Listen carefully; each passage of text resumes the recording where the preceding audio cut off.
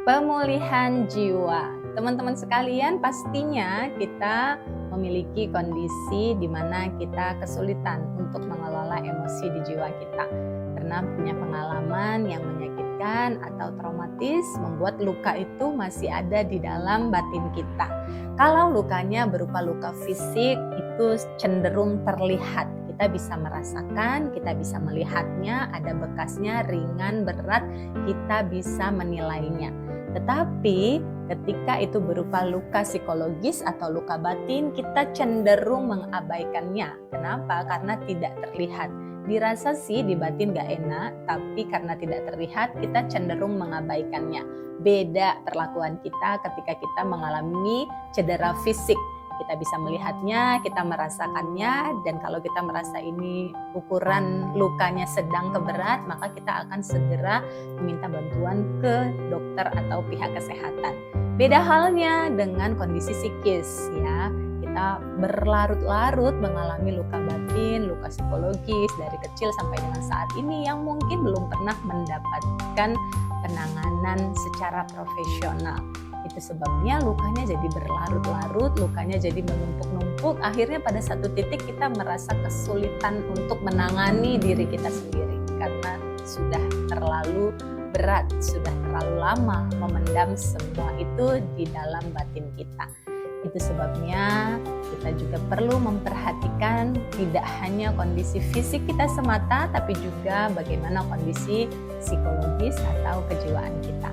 Ada banyak sekali teknik self-healing yang bisa kita praktekkan. Di antaranya adalah dengan kita berlatih untuk self-talk ataupun berbicara pada diri kita sendiri tentang apa sesungguhnya yang dia rasakan. Ya, kita bisa ngobrol sama diri kita, bertanya bagaimana perasaannya, bagaimana kondisinya, dan kemudian kita menerima semua itu dengan lapang hati. Kita menerima kalau diri kita sedang tidak baik-baik saja. Kita menerima kalau kita sedang dihantui rasa takut. Kita menerima kalau di hati kita sedang rasa kesal ataupun marah pada seseorang. Penerimaan dari diri kita pada diri kita ya akan membuat perasaan itu jauh lebih tenang, jauh lebih damai. Karena pengakuan atau penerimaan adalah obat bagi kesembuhan. Apapun yang belum kita terima cenderung akan membuat kita menderita. Maka ini bukanlah proses yang mudah, ya. Maka butuh latihan, butuh bantuan seringkali ya dari profesional untuk kita bisa memulihkan jiwa kita secara utuh. Nah, teman-teman sekalian, kenali ya apa yang dirasakan, bagaimana kondisi jiwanya.